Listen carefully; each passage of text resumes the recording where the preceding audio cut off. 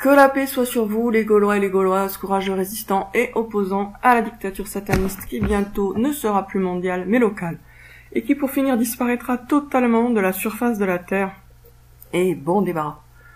Alors, je vais répondre dans cette vidéo au frère Saïd à bout de souffle. Il a supprimé ses vidéos sur le livre Le Rappel Condensé. J'ai tendance à penser qu'il y a un petit rapport de cause à effet.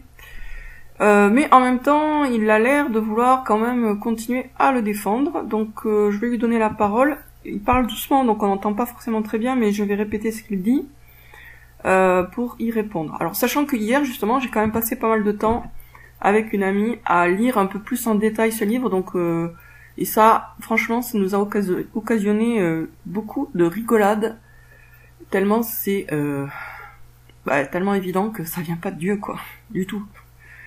Alors, voilà, maintenant, ce que dit Saïd. Bon, je reprends depuis le début, parce que sinon ça va pas être clair. Salam alaikum, j'espère que vous allez bien. Je fais une très courte vidéo pour expliquer ceux qui s'intéressaient au niveau des... Bon, j'accélère un petit peu. Pourquoi j'ai désactivé hier sur ma chaîne depuis vidéo. Je vais commencer par vous rappeler les premiers versets justement qu'a fait un vidéo que vous m'avez envoyé par ce matin, le début de votre ouais, je crois. Et en fait, dans cette début de soit dit, même si Allah peut descendre d'un prodige, il vous fait couper la tête, vous renierez, vous ne m'en pas, et nous sommes des croyants. Enfin, alors là, déjà, il a fait un bon lapsus. Donc, il parle d'un verset du Coran où Dieu parle des mécréants qui refusent de croire au Coran. Et il fait un lapsus en disant à toutes les époques les croyants, alors qu'il veut parler des mécréants. Donc là déjà il fait un lapsus qui est à mon avis révélateur, c'est-à-dire que ce sont justement les croyants qui refusent de croire aux pseudo-révélations du type conversation avec Dieu de Neil, David, je sais plus quoi, ou de ce pseudo-livre là, le rappel condensé, le livre condensé du rappel, qui sont des fausses révélations. De la même façon qu'il y a des fausses prophéties aussi du côté chrétien, j'en ai analysé une dans une de mes vidéos d'ailleurs. Donc des fausses prophéties et des fausses révélations, il y en a des tonnes. C'est quand même beaucoup plus fréquent que les vrais. Alors lui, il cite le Coran pour dire que voilà, les mécréants ne croient pas, mais au lieu de dire les mécréants, il dit les croyants. Donc forcément, ça fait désordre. les croyants, les gens ont toujours mécru, les gens n'ont jamais suivi les prophètes. Même si vous voyez... Les gens ont toujours mécru, les gens n'ont jamais suivi les prophètes. Il y en a qui les ont suivis, il y en a qui les ont pas suivis. Hein. C'est pas si les gens n'avaient jamais suivi les prophètes, il y aurait pas le christianisme, il y aurait pas l'islam, et il y aurait pas le judaïsme. Donc il y a une grande partie qui ne suit pas le prophète, et puis il y a une petite partie qui le suit. Donc là déjà, ce qu'ils disent, c'est faux. Quoi. Pour la première fois, soyez sûr, c'est vous voyez exactement la réaction, c'est pas 99,9% des gens n'auraient pas cru. C'est-à-dire que si on se retrouve dans la situation où voilà, il y a un nouveau prophète qui arrive, on ne le croirait pas. Si on est un croyant sincère, si, on le croira. C'est justement ça, le critère. Donc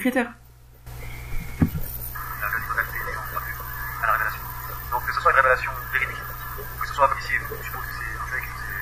Alors là, c'est là que ça devient complètement hallucinant, parce qu'il dit que ce soit une révélation véridique, ou que ce soit un fake, on ne croit pas. Oui, mais ça change tout. Si c'est une révélation véridique et qu'on n'y croit pas, on est sur le chemin de l'enfer. Si c'est un fake et qu'on n'y croit pas, on a raison. Donc là, le fait qu'ils mettent sur un pied d'égalité, que ce soit vrai ou que ce soit faux, on n'y croit pas, ça n'a strictement aucun sens. Nous, on sera jugé justement sur notre discernement, sur notre jugement. Donc, considérer que c'est pareil, que ce soit vrai ou faux, dans les deux cas on n'y croit pas, c'est mettre à égalité le paradis et l'enfer. Dieu et le diable. Bien sûr que c'est totalement différent. Et c'est pas genre vous n'y croirez jamais que ce soit vrai ou faux. D'ailleurs, ce raisonnement-là, vous n'y croirez pas que ce soit vrai ou faux, je vous signale que il est donné dans le Coran, c'est le raisonnement que tiennent les frères de Joseph. Le pseudo-raisonnement. Et c'est un raisonnement qui est tenu par des menteurs.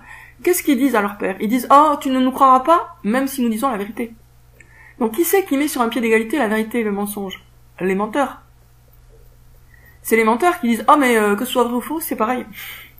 Ou que ce soit vrai ou faux, vous y croirez pas. Vous y croirez pas même si c'était vrai. Oui, donc aveu que c'est faux. Donc cette façon de formuler la phrase, elle est très troublante et elle est pas, enfin elle est mauvaise quoi. Elle révèle une faille, un minimum, une faille dans la foi. Alors on réécoute. Révélation véridique, que ce soit à domicile. Que ce soit une révélation véridique, alors on réécoute un petit peu.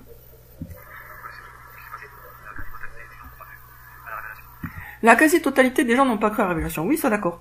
Mais bah, écoutons la suite. Donc que ce soit une révélation véridique. Donc, que ce soit une révélation véridique. Je répète parce qu'il parle vraiment doucement. Que ce soit à domicile, je pense que c'est un fake, c'est vrai. Ou que ce soit un fake, comme on suppose ici, que c'est pas vrai. C'est la même. C'est-à-dire que La réaction est la même. Mais c'est pas la même réaction. Mais croire au mensonge et mais croire à la vérité, c'est pas la même réaction. Dans un cas, c'est être bien guidé, dans un autre cas, c'est s'égarer. Donc on peut pas présenter l'égarement et le fait d'être bien guidé comme équivalent, comme des réactions similaires. Sous prétexte que dans les deux cas, on ne croit pas, on peut pas considérer que c'est pareil, puisque dans un cas, on ne croit pas parce qu'on a raison de ne pas croire parce que c'est faux, et dans le deuxième cas, on ne croit pas alors que c'est la vérité. C'est totalement, c'est deux routes opposées, c'est la route du paradis et la route de l'enfer. Donc, mettre ça sur un pied d'égalité en disant, non mais c'est pareil, que ce soit vrai ou faux, vous n'y croirez pas, mais si c'est faux et qu'on n'y croit pas, on a raison. Si c'est vrai et qu'on n'y croit pas, on a tort. C'est complètement différent. Donc là, pour moi, à bout de souffle, franchement, il déraille. Il déraille. même si on dit que c'est vrai, les gens ne croient pas, pourquoi ils n'ont pas cru au Coran? Même si on vous dit que c'est vrai, les gens n'y croiront pas comme ils n'ont pas cru au Coran. Mais on, qui est on? Même si on vous dit que c'est vrai, le livre condensé, le rappel condensé, personne ne l'assume. Personne ne dit c'est moi qui l'ai écrit. Personne ne dit c'est moi qui ai reçu cette révélation. Alors, si une voix anonyme, enfin, je sais pas moi, une petite annonce dans le journal vous dit un truc, vous n'allez pas le croire, vous savez même pas qui vous parle. Le minimum, c'est d'assumer son message, si vraiment on pense qu'on a un message. Donc là, bon, alors on réécoute. Si on dit que c'est vrai, les gens ne croient pas, pourquoi ils n'ont pas cru au Coran? Les gens ne croiront pas, même si on vous dit que c'est vrai, les gens ne croiront pas comme ils n'ont pas cru au Coran. Mais, alors si c'est comme ils n'ont pas cru au Coran, c'est qu'on a affaire à une véritable révélation divine, mais c'est bien ça la question. Donc ça pourrait être aussi comme ils n'ont pas cru à attendre de fausses révélations qui effectivement étaient fausses. Donc et en plus il y a des gens qui croient à des fausses révélations, c'est fréquent. Donc oui. Bref, on continue. Donc ils ont tué Isa alayhi salam, franchement, il y a quelques apôtres. Et beaucoup de gens s'imaginent toujours qu'ils ont une croix très forte et qu'ils auraient été bien entendu, bien évidemment, frère, que j'aurais été dans la bataille. Donc là, il va parler des gens qui pensent qu'ils ont une foi forte et que s'ils étaient nés à l'époque du prophète, ils auraient pris son parti, ils se seraient battus à Badr, etc. Donc là, il fait un peu d'ironie par rapport à ces gens-là. Ok, mais c'est hors sujet par rapport à la question fondamentale qui est, est-ce que le rappel condensé est une authentique révélation divine ou est-ce que c'est un texte qui a été écrit par un mec lambda et qu'il a fait passer, qui cherche à faire passer, mais pour moi ça marche absolument pas, comme une révélation divine. Tu as pas vu ma foi, donc on est divine. Dans la vie, c'est comme ça, moderne. Parfois, c'est puissant. Moi, je regarde à droite, les autres diront, oui, mais moi, si Aïssa Bachir de Moussa, c'est quoi dit? Allez. Bon, je vais peut-être en rester là. Je sais pas si je vais réussir à monter suffisamment le son pour que vous puissiez entendre ce qu'il dit. Sinon, je vous conseille d'aller écouter directement sa vidéo qui s'intitule « Pause lecture, le rappel condensé ». Bon, alors déjà, il y a quand même plusieurs trucs que je trouve gênants. Bon, primo, quand il dit que ce soit vrai ou faux, vous n'y croirez pas. Donc ça, c'est une façon de raisonner qui est digne des frères de Joseph. Les frères de Joseph, quand ils ont feint sa mort, quand ils ont taché sa tunique avec le sang d'un animal pour faire croire qu'il avait été tué par un loup. Et quand ils ont dit à leur père, oh, que nous, même si nous disions la vérité, tu ne nous croirais pas. Ce qui est en soi d'ailleurs un aveu. Même si nous disions la vérité, tu ne nous croirais pas, c'est un aveu de mensonge. Donc là, à bout de souffle, met sur un pied d'égalité la vérité et le mensonge en disant que ce soit vrai ou faux, vous n'y croirez pas, comme vous n'avez pas cru au Coran. Mais si c'est faux et qu'on n'y croit pas, c'est pas comparable avec le Coran, avec ceux qui mécroient au Coran. Vraiment pas. Alors moi, je suis prête j'ai l'esprit ouvert, franchement. Je suis prête à croire beaucoup de choses, mais je suis pas prête à croire qu'un texte minable, avec des raisonnements débiles, qui se contredit toutes les 4 secondes, viennent de Dieu. Et je trouve que il y a un sacré culot à prétendre ça. Moi, je me suis disputée avec des bonnes amies à cause de Dieu, parce qu'elles en disaient, je trouve, du mal. Je vais pas accepter passivement qu'on prétende que Dieu a pu écrire de telles âneries. Dieu est le créateur des cieux et de la terre, il est sage, il est tout puissant, il est capable déjà d'écrire en français correct ou de faire une révélation en français correct, primo, et ensuite qu'il y ait du sens, et qu'il ne contredise pas ses révélations antérieures, c'est un peu le minimum, quoi. Dieu qui se contredit, c'est pas Dieu, c'est le diable. C'est le diable qui contredit Dieu en se déguisant en Dieu. Voilà, c'est... Voilà, bon, donc sur ce, je vous dis à très bientôt. Je vais continuer à écouter sa vidéo et je reviendrai peut-être dans une prochaine. Désolé à bout de souffle, j'ai rien contre toi, mais là franchement, non, niette.